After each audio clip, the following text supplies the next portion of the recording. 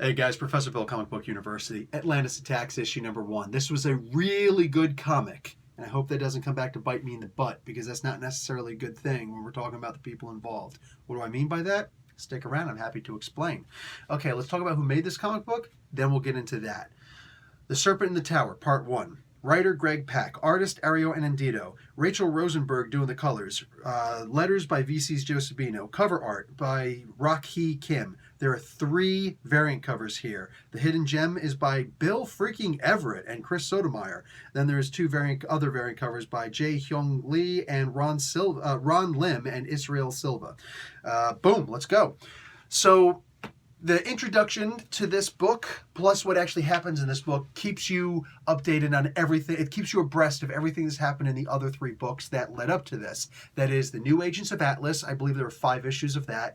And also the 6 issue, the backup stories in the first 6 issues of Arrow and the backup stories in the first 6 issues of Swordmaster. Swordmaster featured Ario Anindito, and who is the artist on this particular book. So you'll see that measure. And to be honest, I think that this book, the art is so much better than just that, those backup issues in and of themselves. This was gorgeous, and I praised the freaking artwork there. And this one, holy crap, I was beside myself. Dude, Namor. And plus, let's be realistic, if you heard me talk about Uncanny Inhumans issue number 20, dude, some of the best kaiju work I've ever seen was Anindito. And in here, he gets to do a single kaiju, and I'm like, no, we need more. Don't you realize, like, you're playing to his strengths? This was hot, man. As far as the story itself, basically, you have all those stories. And listen, if you haven't read those other 3 stories that I just mentioned, those other 3 comics as I mentioned, don't worry about it. This comic book, in and of itself, will put you up to the speed that I am at right now. You won't have the fine details. You won't know the minutia. It's not important. You'll understand enough for this story to be read, and you're good. You're good. And that's not easy to do. So kudos to Pak for that. I'm going to make a whole bunch of complimentary moments for Pak. But then I've also got to talk about some of his, in my perceived faults of Greg Pak. So let's just talk about the bad things first, but obviously related. I think that Pak does some of the absolute best freaking stories ever. What do I mean by that? When it comes to storytelling, the imagination, thinking of this great plot, this great moment, this great idea that's going to get you going, oh, shoot. Like, I feel that Greg Pak has some of the best pitches. I would love to be able to sit in on one of his pitches, to Marvel, because holy crap, or his independent work, like over in, I think it's Giant Robo Moo, I think it was called, Mech Warrior Moo, I think it was called. Anyway, Woo? I can't remember. I read and reviewed the first 10 issues, I think, and then you could tell that he was just kind of dragging on the story. He didn't really have a great direction to go with it. But I'm telling you, when he has a direction, holy crap, this dude is unstoppable. Like, when he gets to the stuff that he needs to tell, you feel that the story just, it's almost like osmosis. It's coming from his brain directly to yours, and you're entrapped. You're ensorcelled. It's great work. Where does he fall short, in my opinion? He falls short when it comes to dialogue. While not all dialogue that he does is bad, you will find 10%, maybe only 5% of a book, the dialogue is seriously weak, while the rest is at par or better. Something else bad about his dialogue: all of his characters sound the same. It doesn't matter if it's Namor or freaking Shang-Chi. They all sound the exact same when you're reading the book. I can't make different voices in my head when I'm reading Greg Pak doing different characters. And that's a shame, because if Anindito was drawing them all the same, we'd have a problem with that, right? So I'm just simply pointing out, to me, the obvious. You know what I'm saying? Now, not only story, but here's something that just, it moves me with Pak. I think this dude has a genuinely solid gold heart. Maybe I'm wrong. Maybe I'm just reading into stuff. But there were 2 amazing parts in here that just, one blew me away. The other one that I'm about to go into right now was just really cool. Something was stolen from Namor, from Atlantis. He's the king of Atlantis, so therefore it was stolen from Atlantis. And he goes to retrieve it. And this thing is being tortured. Well, it's in a tortured state. It's a living thing, and rich people are getting richer off of it. and it's also stolen. This reminds me a lot of Native Americans. Now, look, I'm only 1/16th Native American, unlike Elizabeth Warren, who's 1/64th, if we can even believe that nonsense. The idea is that, yeah, no. Native American land was stolen.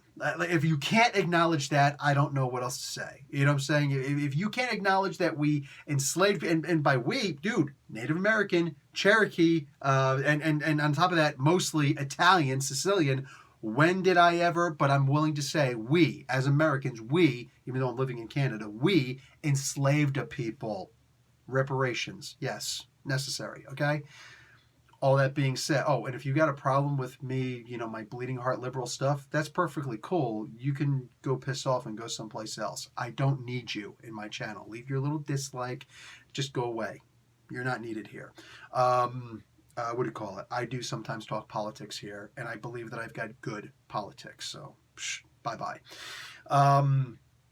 Land stolen. It's a big deal. Lives stolen. Kidnapping. It's a big deal. All right? Sex slave trade, it's a big deal, all right? And it's, while Pack goes into it in a lot less detail and doesn't politicize it the way that I do, the message is still there. And to me, it's so blatantly obvious, and I love it. I don't believe I'm reading into this one at all. The next one, you can't not read into it, as long as you didn't miss it, because it's a blink and you missed it moment. Anandito, of course, gets to draw a freaking kaiju. It's only one scene. I'm like, dude, play to his strengths. Play to his strengths here. He also does a mean Namor. Holy crap. I love this dude drawing Namor. That being said, you get to see this kaiju. Shows up. Sea monster. They call it a sea serpent. It's not a sea serpent. It looked more like a toad. Maybe it's Cthulhu's second cousin twice removed. I don't know. But it's definitely not a serpent. And it's like, it makes a big tidal wave tsunami type thing, right? Wave shows up and starts rescuing people. Specifically rescues this one dude. Saves him with his son.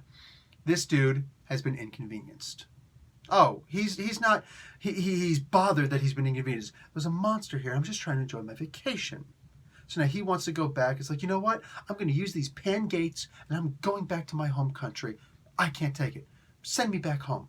Hey, we're going to send you back to your home. Good. It's basically a little bee, right? He doesn't thank Wave. He's not grateful at all. He's dragging his kid, who's actually having a good time right now because he doesn't understand the danger that he was just in. Imperious Rex, mother fathead. Imperious Rex. So he just walks through the gate. You'll notice a woman holding her kid watching this happen. At first I'm like, is that the wife? Because it's like, what's going on? Is that the same kid? What's going on? The guy goes through with his kid, drags through, the gate closes. She doesn't try to save her life. Like, Wave is holding back this water, like fishes looking at them and whatnot, and she's just like looking sad.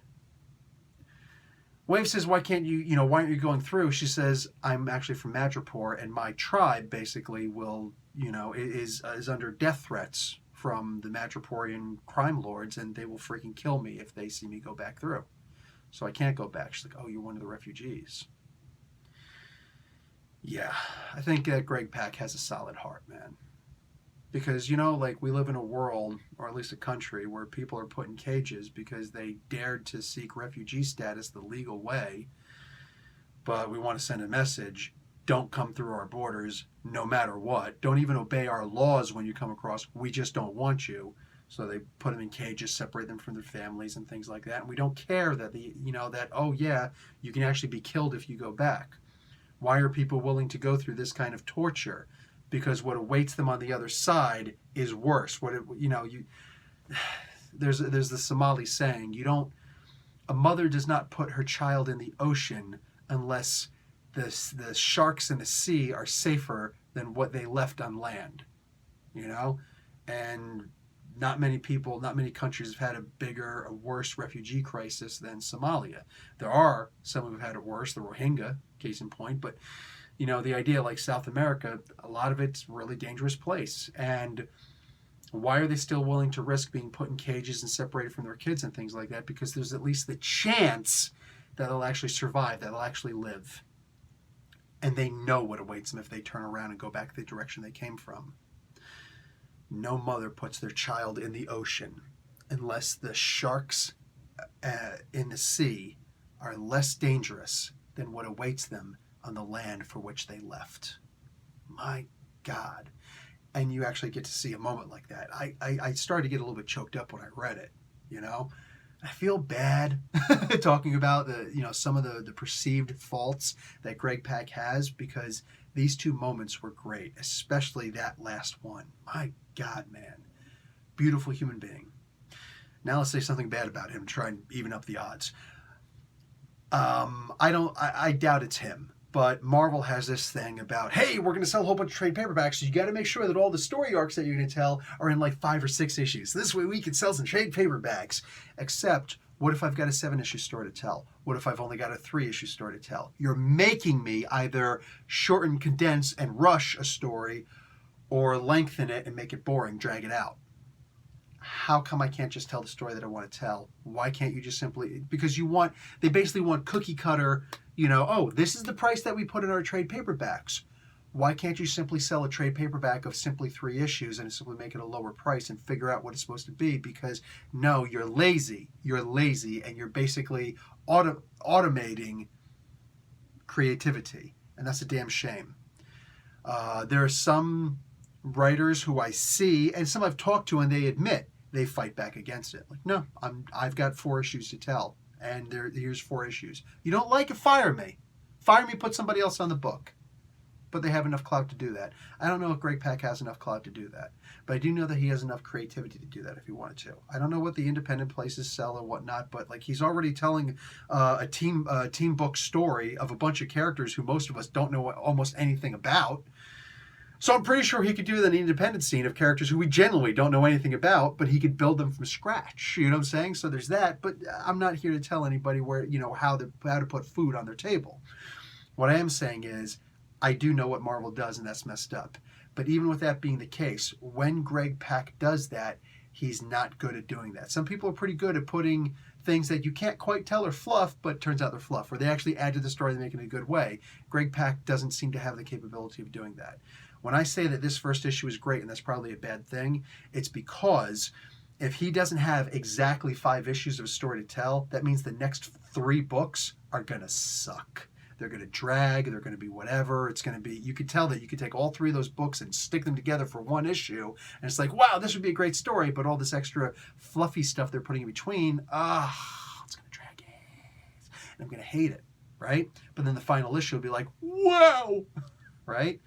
I fully expect the 5th issue to be amazing. It's the stuff in the middle that I'm worried about. That's what I'm a little bit concerned with. Anyway, all that being the case, this issue, in and of itself, by itself, standalone, really good issue. I can't wait to see what's going to happen next. I just hope it's good. I just hope it's not fluffy. Because this definitely has the potential to be one of those genuinely memorable storylines, and featuring characters that, like, just imagine a new Warriors comic book. Imagine an event where they had the new Warriors. It's just the new Warriors, all right? And somehow it was like a memorable, and we're like, wow, all right? And I'm not talking about like the Stamford incident, which was actually a different book, and that was only a moment with them, and it's just like a throwaway, haha, bye, and maybe a little bit with Speedball becoming Pestilence. No, I'm actually talking about the entire event was just the new Warriors, all right? You've got an entire event with just the new Agents of Atlas. And it's a miniature event. It's self-contained. There aren't going to be tie-ins and things like that. But still, that's a big deal. That's a big deal. And if Pak can make this good, dude, I'm talking serious kudos, accolades, brownie points, all that good stuff. Hells to the yes.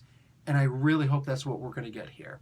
I hope that by now, he realizes, Mr. Pak realizes that I've got to tell 5 issues for this, so I better have 5 issues to tell. I'm rooting for him. But that just simply hasn't been my experience with him as of late. So, yeah. Anyway, guys, that's all I've got. Still got a really great heart. And the art is freaking awesome. All right, I'm out. Professor Bill, Comic Book University. Class dismissed.